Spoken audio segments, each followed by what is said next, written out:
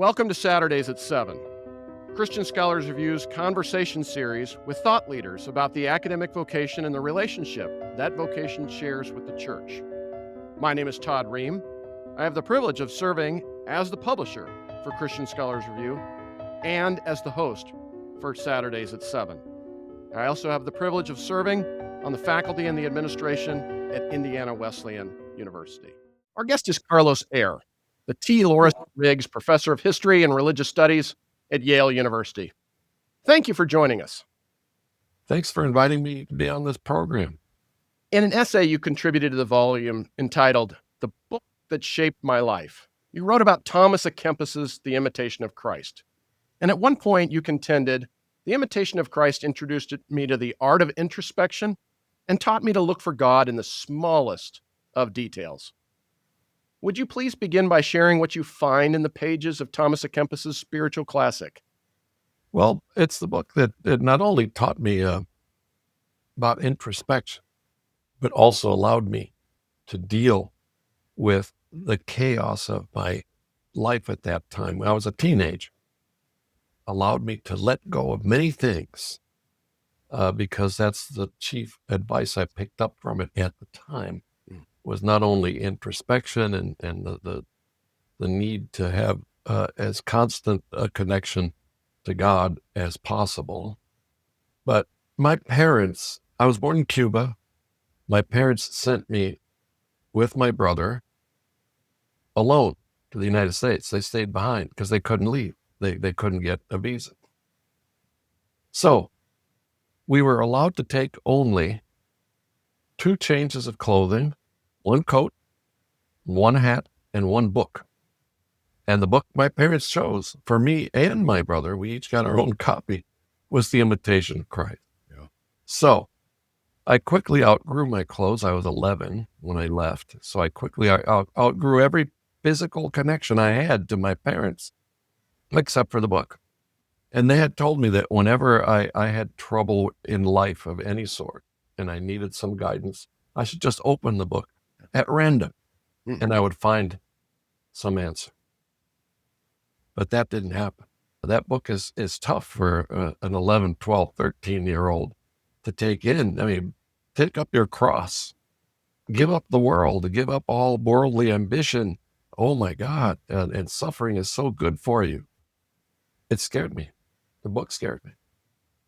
But then as I matured into a teenager, I realized it was the world that was scary, and that the world's values were really, really scary. So little by little, I started to open it and it spoke to me. And then finally, when I was about 14, I read it cover to cover for the first time. And it changed my life. Finding the divine in small things and trying to be in touch with God as much as possible, silently, in my head, in my heart. I thank God for it. I thank my parents. It took root, but I still find it scary. That's the odd thing. It counsels you to let go of everything, which then when I went on to read more mystical texts, that's what they all say. It's the path. And there is a single path. It has many variations. People take that path differently.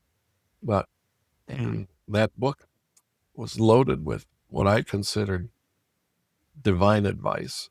It brought me closer to God.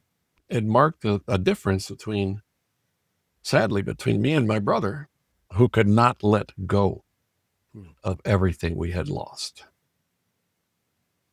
He just could not for the entire rest of his life. May he rest in peace.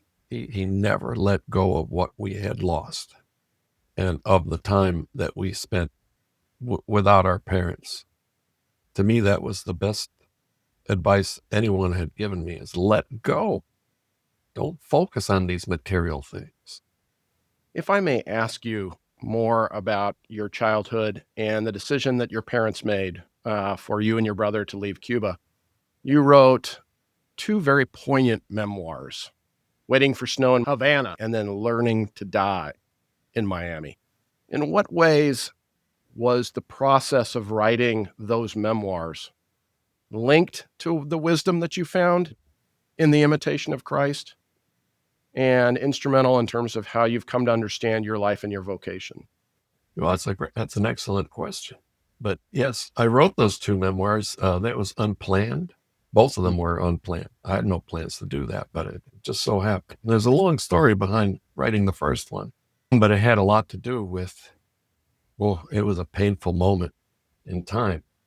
This little Cuban boy who was named Elian Gonzalez, Mm-hmm. his mother and many other people had died when their raft sank on the way to Florida. And he was taken in by his family, his uncle or an aunt. I can't remember who took him in, but it was a relative in Miami. And then the Cuban government started asking for him to be sent back to his father, a father he had never known because his parents split up before he was born. So he had never known this man. But the Cuban government's argument was, oh, every boy needs to be with his father. And then I thought, oh my God, what hypocrisy. What hypocrisy. But then the worst part of it was that the American news media took the Cuban dictatorship's side in the story. It was not only I who was separated from my father. I mean, after I left Cuba, I never saw him again because he was not given permission to leave by the government until he developed heart disease. And by then it was too late. So he died before he could leave. So I wrote to every major publication that I could think of, newspapers, magazines, news stations, on my fancy Yale stationery, which I thought someone might find halfway impressive. And I didn't get a single acknowledgement for any of my letters, in which I said, you know, this boy is not being sent back to his father. He's being sent back to be a pet, a trophy of the dictatorship. So I wrote a book about my childhood, because what people didn't seem to realize is how weird that place is, how weird it became, what it was before and what it became after, what got atheistic, communist, totalitarian regime. Most Americans have zero clue what that is like in the details. So I wrote this, and the subtitle is Confessions of a Cuban Boy, because many newscasters on TV wouldn't even use his name. They just put the label Cuban Boy under his photograph. So I just opened the door and a flood came out. And the book is deeply religious, and only very few readers catch that. At least when I get, I've thousands of emails, mostly letters, and very few comment on the religious dimension of the book. But the book is all about, the first one, Waiting for Snow in Havana, is all about how I struggled as a child with the world. And the central metaphor in the book is lizards, reptiles, questioning the goodness of creation was a constant preoccupation of mine. You know, once I turned to God, didn't go away completely because the world is still troublesome. Yeah, but it cured me of this. I think it was not just fear, anger. I hated lizards, and I hate to say it. Any lizard I saw, I'd kill. I was so scared of them. My nemesis in the book, throughout the book, is Immanuel Kant, and many readers said, "What's going on here?" And if they're well educated and they've read Kant, some of them say, "How could you be so down on Kant?" And of course, in the book, he's a metaphor too for the loss of the spiritual realm, the death of metaphysics, which he caused in some traditions, even in some churches. So, lizards versus Kant, they're both my enemies in this book. And then Learning to Die in Miami, the title is from realization I had. And again, back to Imitation of Christ. We need to die repeatedly in our lives, whether we want to or not. Our life changes dramatically, and we have to adapt. So, you die repeatedly, and you have to become a new person while maintaining some continuity with your past. When I did public speaking on this book, I would say, because people had a question, well, why learning to die? It sounds so depressing. I would say because, just what I said, our life forces us to die repeatedly. Like I said, for instance, the moment you have children, you die, you become a parent, and your life is totally different. The minute you get married, your life changes. And one man in the audience one time raised his hand right at that point. So when you get married, you die. Mm-hmm. He said, yes, I've done it 3 times. So in both of them, Jesus plays a central role. And especially in the first one, actually my original title for the first one, which the publisher would not allow me to use, was Kiss the Lizard, Jesus. And Jesus was asked to kiss the lizard. And that's what we're all asked to do. It's a metaphor for, embracing your cross. Embracing something that you just loathe. And we have to do that so many times. Thank you. Before we move on, I want to just ask for you to potentially confirm one detail that I've heard, is that not only your memoirs, but all your books are banned in Cuba. Yes, they are. And I received a message from the State Department. This would have been about 2003, 2004, that I had been declared an enemy of the revolution, because that's what the government calls itself. Even 66 years after taking over, they're still the revolution. They said, don't you dare go there. Not that I would want to ever. I suspect that being declared such an enemy was perfectly acceptable, if not only potentially a badge of honor. Oh, it's the highest honor I have ever received. Honestly. Yeah, I suspected so. Honestly, yes. And I've had a few encounters with Cubans who have arrived recently, all of them on the young side, 20s, 30s, maybe even early 40s. They've never known anything else but what they lived in, this totalitarian hellhole. So they've stumbled onto my book, and they have just marveled, not at my personal history, but at the history of the Cuba they never knew. So it's been a wonderful experience for me to get that feedback, because I actually wrote the book for non-Cubans. I was so angry about the Elian Gonzalez Cuban boy thing.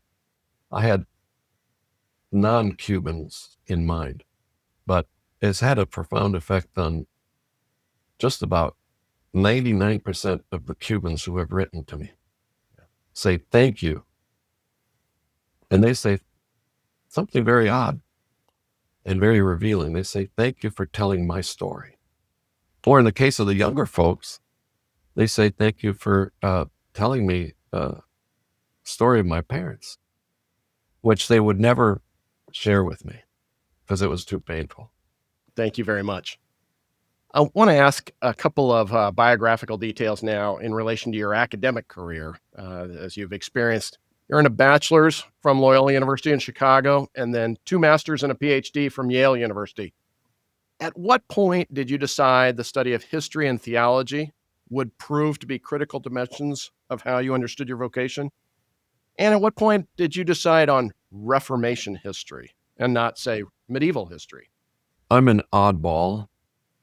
I decided this would be the teaching would be my profession and history would be my subject. I decided this when I was a sophomore in high school, public high school in Chicago, Senn High School, which was one of the schools that pioneered the advanced placement program. I was lucky enough, one of my history teachers was one of the creators of the advanced placement program, Henrietta Miller. She was great. But I fell in love with history. I fell in love with Christian history. And I knew I wanted to put them together somehow. Yeah. And actually, at the early stage, when I was, 15, 16, 17, I thought I'd be a high school teacher because that's all I knew. Hmm. But once I got to college, I said, oh, no. This is the gig. So I only applied to one college. I couldn't go away to school because of my mom was there. My mom had left her entire family to be with my brother and me. I could not go away. So I only applied to one school, Loyola, Chicago, was 6 blocks from our apartment. And the elevated train had a stop at Loyola, and it was on my way to work. That was my choice of college. Plus, it was run by Jesuits. It was Catholic.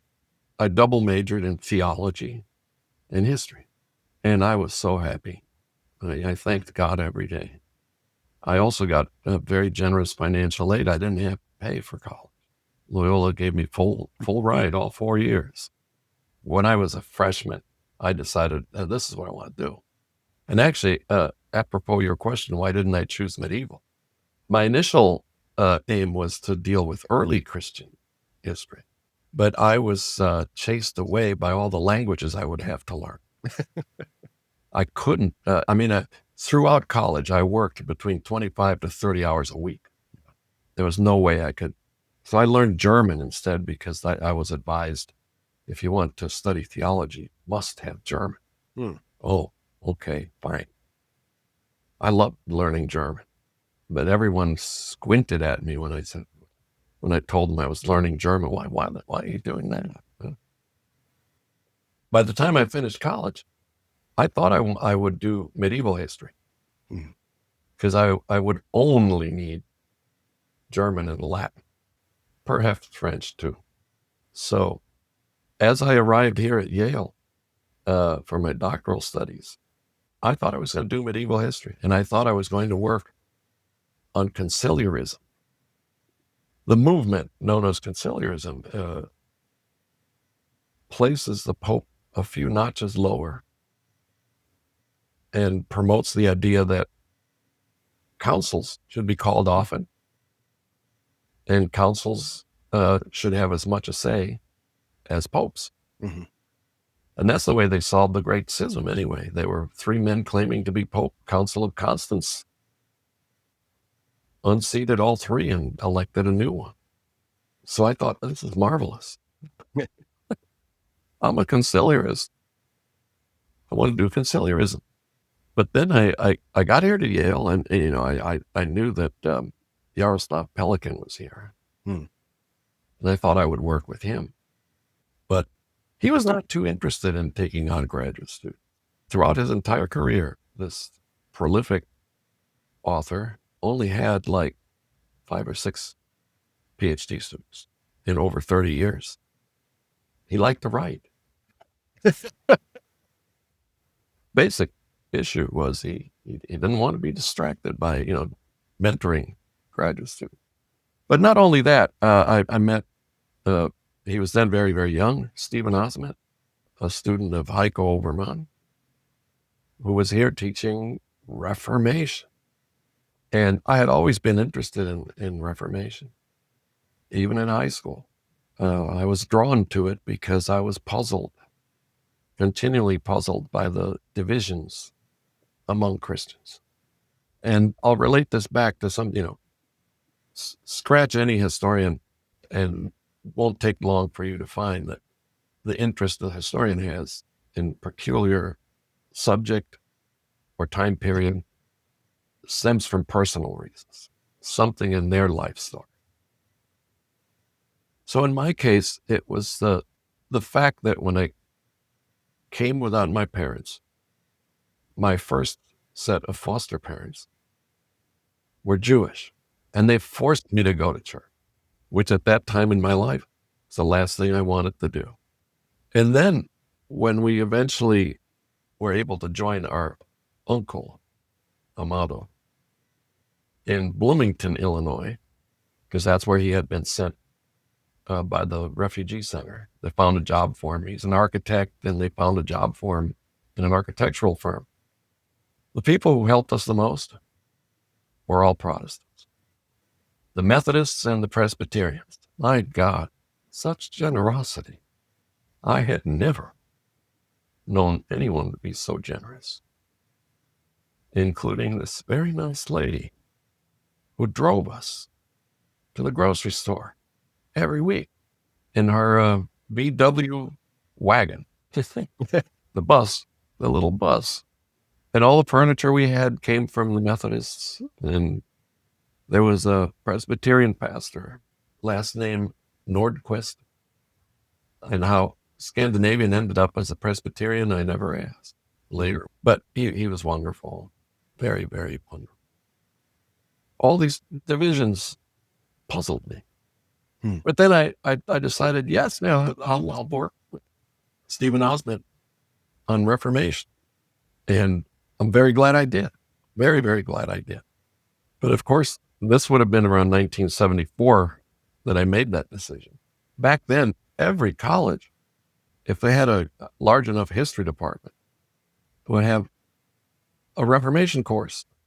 It was considered crucial to the curriculum.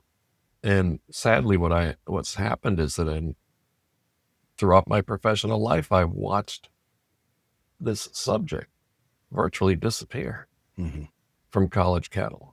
It's an odd thing, very odd. This collective decision that seems to have been made simultaneously in academia, that this is not an important subject. So as I was searching for a dissertation topic, again, personal history.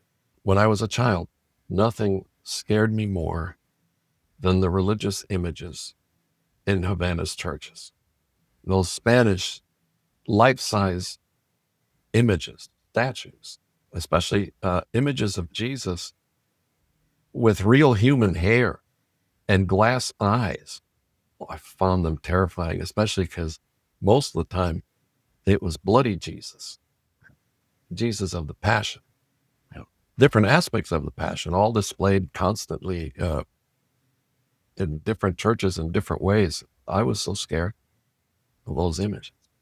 Again, I later found out it wasn't the images that were scary, it was the world that was scary. And what had happened to Jesus was the scary thing. Yep.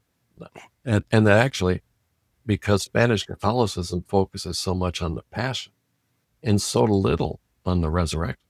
But something else that I learned from Protestants and how much more significant Easter was to American Catholics than to Spanish or Hispanic Catholics.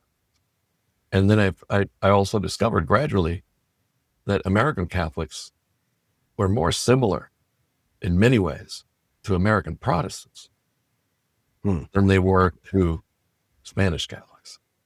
So I was I'm very interested in ecumenism, and studying the Reformation seemed the most logical thing on earth to me at the time. And I did my dissertation on Protestant iconoclasm. It just came to me so naturally. Went to hear a lecture by historian Peter Brown, author of the best biography ever written of St. Augustine. It wasn't the entire lecture, but anyway, while he was making mention of the Byzantine iconoclastic controversy, the 8th century, how suddenly the Orthodox Church soured on images and started destroying them, I made the realization that Protestants had done the same thing. And I had never read anything about it other than just the mere fact. So I actually ran, after his lecture, I ran across the street to the library. And back then there were card catalogs, right? No online catalog. So I went, spent a long time going through the card catalog under every conceivable label for the subject of iconoclasm, Protestant iconoclasm. There was nothing. It was ignored. So boom, perfect situation for any dissertation. Which then became your first book too. Yes, War Against the Idols. And I had trouble getting that book published because iconoclasm, Protestant iconoclasm at that time in the early 80s was still a non-subject. Only gradually has it acquired. Well, now all of Reformation is declining. But anyway, the responses I would get to the book proposal, was, well, this is not an important subject. And actually, the archivist of the city of Basel in Switzerland, whom I met at the Newberry Library in Chicago, as I was trying to publish the book, I told him what the subject was. And he said, basically, that's not a subject. One day there were images in Basel, and the next day there were. What is there to say about it? And that was the moment I realized that it was not an important subject, because most Reformation history, Protestant Reformation history, had been written by Protestants. And it was not a subject. I mean, they're gone. We don't have to worry about it anymore. We got rid of them, and good riddance. So I think now historians took more of an anthropological turn and began to puzzle over the same thing I puzzled over, which was the power that symbols have in religion. The symbolic dimension reaches every religion, not just Christianity. Symbols reach us at a very, very, very deep, illogical level, and they convey information in a way that no theology book can, or any kind of liturgy or worship. Thank you. You began your academic career then in a place where you did not need to wait for snow for very long, at St. John's College in Minnesota. You were there for 2 years. Then you were at the University of Virginia for 15 years. And then you returned to Yale, where you had spent a number of years as a graduate student. For junior scholars trying to discern the commitments of their vocation today, what advice would you offer? There are various things that one has to keep focused on in order to stay in the game or to fulfill one's vocation. If in fact you view it as a vocation, you have no choice. Mm-hmm. You will probably have to end up living somewhere you never expected you would be, because you have to go where the jobs are. I think it's the most wonderful profession on earth, for me personally. But that has been the hardest thing for me, is not being able to find a job in Chicago near my mom and my brother. Oh, it caused me great pain. I ended up in really good places, but they were far from Chicago. Even Collegeville, Minnesota was too far. So realizing that it's a vocation, and of course, if it's a vocation with a religious dimension to it, accepting God's will where one gets sent. Mm. And actually, this is where Calvin helped me immensely. He hated being in Geneva. He hated it. He loathed being there. But that's where he was called, and that's where he stayed, and that's where he did what he did. World shaking from that tiny little city. So you never know where God is going to send you if you have a vocation. So accept that, make the most of it. The other is, when now things have changed in the scholarly profession to such an extent because of computers and the internet and so on. That's one aspect of change. Depending on what one's field is as a scholar, you may or may not need to travel abroad as much anymore, because so many things are available online. Mm-hmm. So I think what I've seen is that in the past decade or so, publishing has become very fragmented. So it's an added challenge for young scholars. Academic publishers have been cutting back on publication. So it's become more of a challenge. My advice is persist. persist. I have a very thick file folder of rejection letters for that first book. And for a while, I everything I submitted to journals was rejected. Again, because iconoclasm was not important. And as a matter of fact, I'm the only Reformation historian in the U.S.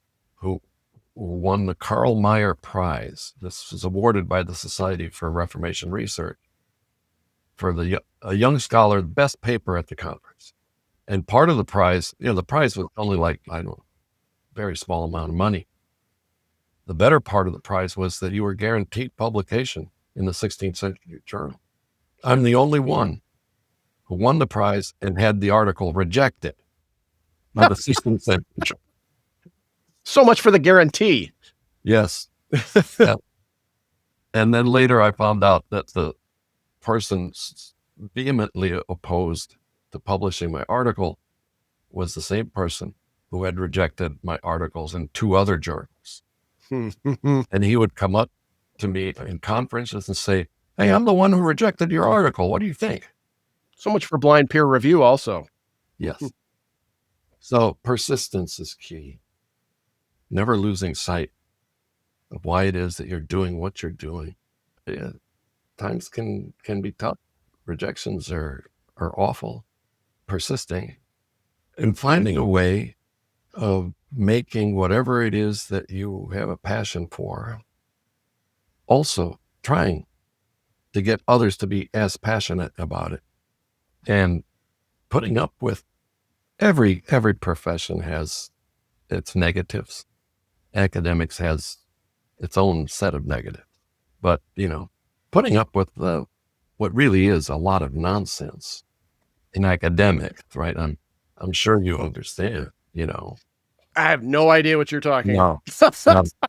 Well, be patient with that too, because, I'll give you an example. Since you don't know what I'm talking about, we were interviewing a candidate for a position here at Yale for this past year. And those candidates are nervous. They give a job talk. My God. This candidate gives the talk, and then it's question and answer. And a professor in the room, colleague, asked a question that was about 7 minutes long.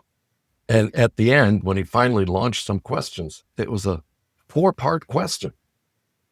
So not only had this man hogged 80% of the Q&A time, but he hadn't really asked the question. He had just given a disquisition on how much he knew about this. And I thought, this is just intolerable. But then I realized I've witnessed this. That was an extreme case, but I have witnessed things like this for the past 50 years. And that's the nonsense that one must be patient. I've often thought that one of the greatest gifts that we could afford our students is being more interested in their voices and the cultivation of their voices than hearing our own voices. And hopefully we get that out of our system when we go to academic conferences, where there will be any number of exercises such as what you witnessed, or occasionally maybe at a faculty meeting too. But we don't bring that with our students. It's one of the greatest gifts I think that we can give them. You're absolutely right. The young people should be encouraged rather than discouraged. And I think academics actually has become kinder than it used to be. I was once at a conference where someone had given a paper, and I remember the subject was the theology of Philip Melanchthon. And first question was not a question. It was someone, very well-known scholar, who made a comment.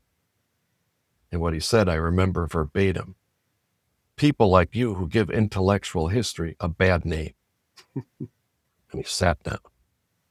I thought, this is horrific. This should be illegal. In some professions, it certainly would be a liability. But something that we need to work to exercise in ours. So be patient and keep your eyes on the prize, basically, and count all the negatives. Actually, now that I think about it, you mentioned about teaching and hearing students' voices. That's another piece of advice I would give to younger scholars is learn from the negative things Mm-hmm. and strive not to replicate this behavior. Try not to replicate the behavior of people who have swelled heads and love to hear themselves talk. Absolutely. Thank you. In addition to your dissertation, which did fortunately become a book and start setting the trend for a new dimension of Reformation studies, and your 2 memoirs, you're the author of 6 other books. And I want to ask you in particular now about your most recent one, They Flew, A History of the Impossible. You noted in the opening pages that you thought about such a project and considering pursuing it for decades. Would you describe the thought process that finally compelled you to commit to this project? And what do you hope audience members encounter through the stories that you tell? Again, this actually follows very nicely on the previous question about younger scholars. I got the idea for this project in 1983. I knew I had to work on this. I had to. But I couldn't because I didn't have tenure. And writing on this subject, I'll get to that in a minute or two. It's a controversial subject. So as a young scholar, one should shy away from not just controversial subjects, but from questioning certain assumptions that are nearly universal. And that's what my book does. So I couldn't do that in 1983. And what happened was I was in Spain. I went to Avila to say hello to Teresa of Avila. Actually, she's buried in Alba, so she's not there. But I was taking a tour of her first convent. And the guide is showing us around. Young girl. She wasn't a nun. Oh, here's the kitchen where Teresa saw God among the pots and pans. Here's the staircase where St. Teresa fell and broke her arm. And then we get to the spot. And here's the spot where Teresa and St. John of the Cross levitated together for the first time. They went up in the air. This is being treated like a fact. That shocked me because of my training. We historians are not supposed to ask the question, did this really happen? And that goes back to the New Testament too. Mm-hmm. Miracles are a problem for historians. Did Jesus really feed 5,000 people? Did Jesus really walk on water? All the miracles. So I decided to work on levitation and bilocation, also because of my interest in mysticism. And, levitation and bilocation. By the way, those are 2 terms invented by 19th century spiritualists. If one is looking for those terms in the distant past, nobody uses those terms. But floating in the air while in mystical ecstasy, it's a side effect of mystical ecstasy. And so I worked on this slowly, very slowly, but the final push came. I was already in my late 60s. I didn't have to fear being cast out of the historical profession for treating these very, very strange phenomena as facts and not saying, look, I can prove to you that this happened. No, I can't do that. But at least questioning the assumption that miracles have ceased and that God can't do strange things to people who dedicate their lives to prayer, which is the key.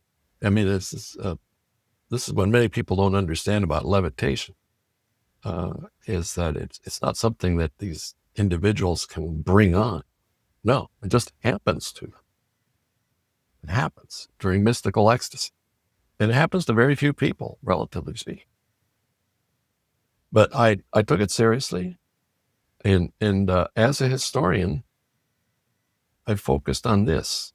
Okay, How can this be treated as a fact, not as something that played some role, because that's what functionalism does. That's what I was trained to do as a historian of religion, is you don't ask, did this happen? You ask, what does the fact that people believe in this tell you?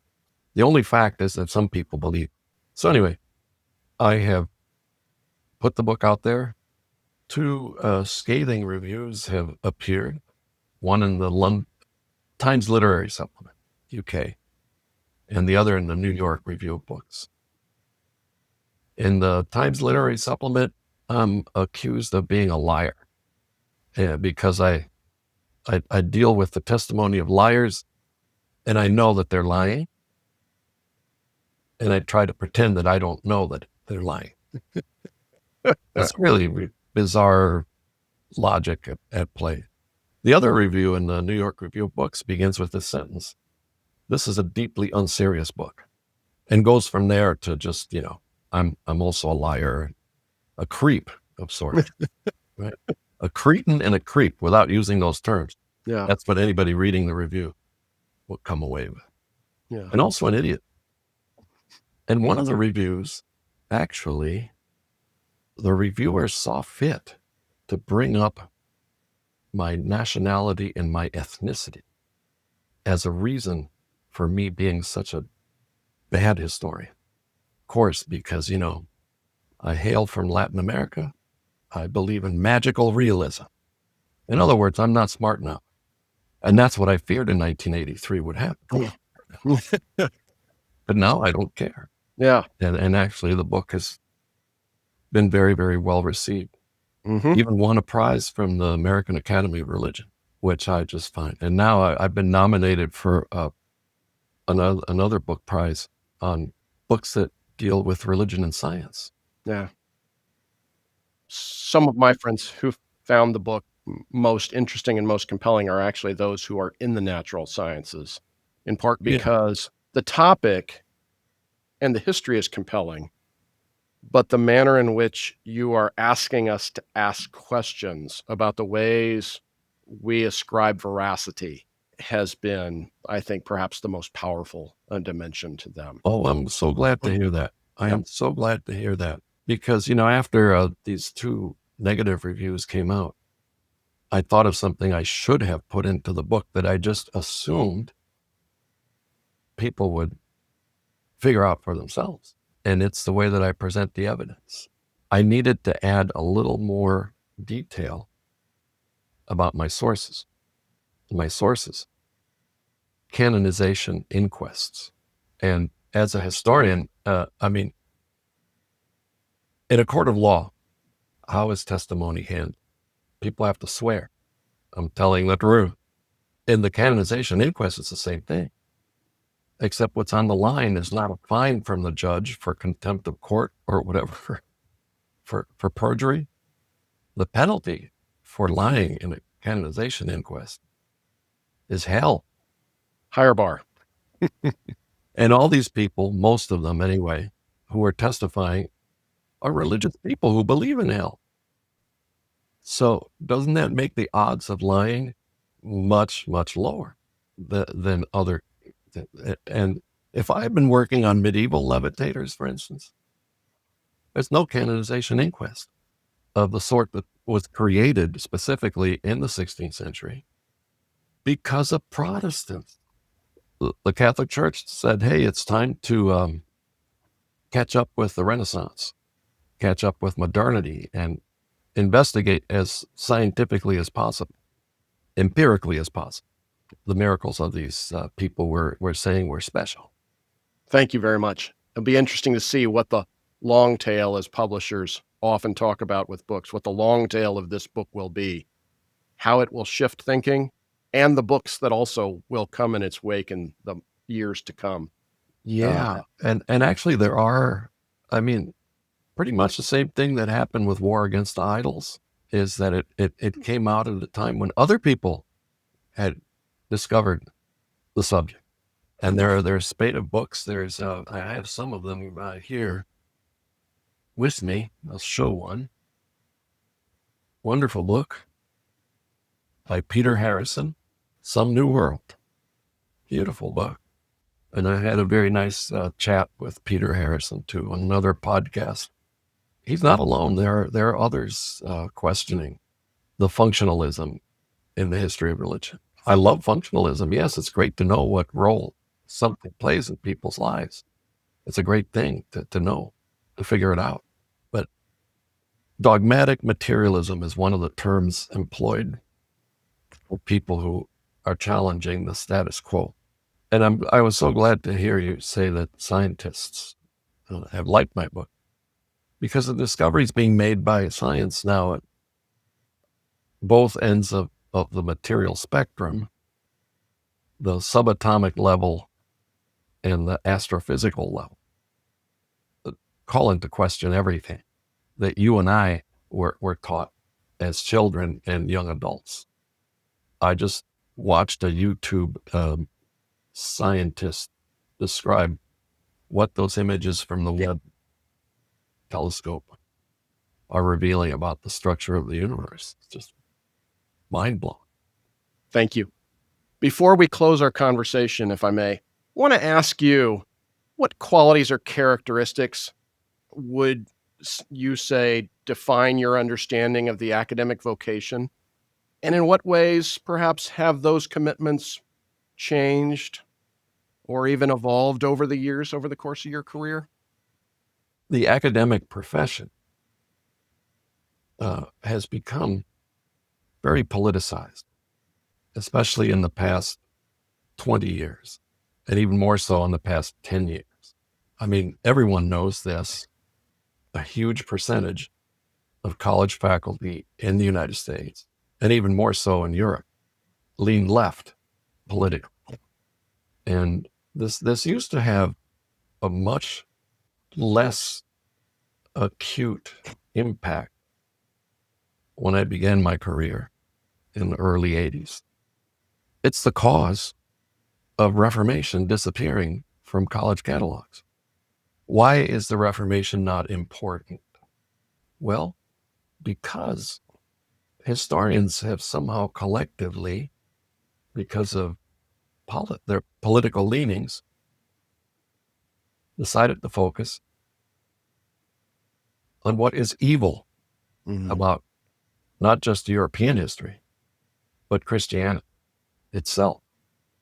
It's not only not important, it's something that needs to be done away with because of the new world that some people are trying to create, in which Western values and Christian values are discarded.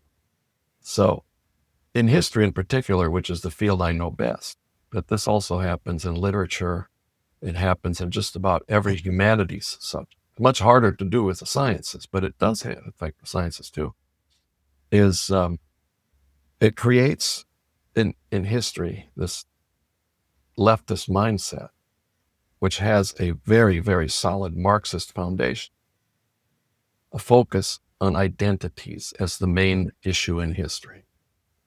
So race, class, gender. Race, class, gender. I call it the unholy trinity. It's, or I guess you could call it, I would even go as far as to say it's a demonic triad. That's not all there is to history. But basically, that's what the historical profession has gravitated towards, is this obsession with race, class, gender, imperialism, colonialism, exploitation, elites and subalterns. Very Marxist terms. You know, we award prizes here at Yale, senior essays. And the prize money comes from donors. And for some reason, American history has more prizes than any other kind of history in our department. I think there's I won't even count how many. It's a huge number of American history prizes. I just looked at the list of prize winners in American history. Most of them, race, class, gender. In European history, there are only 4 prizes. 3 of them went to race, class, gender topics. So kids are coming out of college with this as the set of lenses through which they view reality.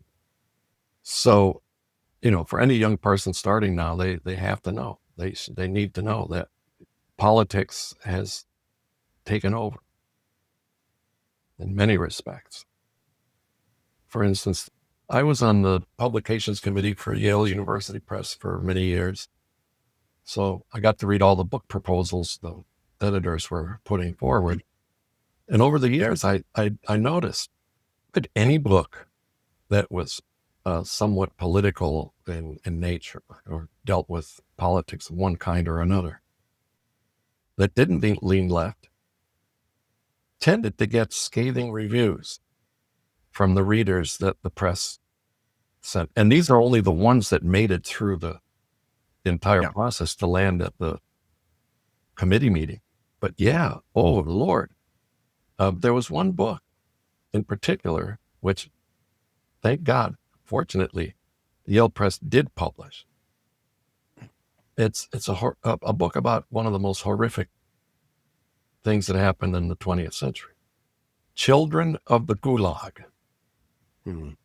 And the research was based on the then newly opened archives, because the Soviet Union no longer existed. And this book discovered that it was hard to read. I can't read it. It's that or a story. I can't read about Holocaust stuff either.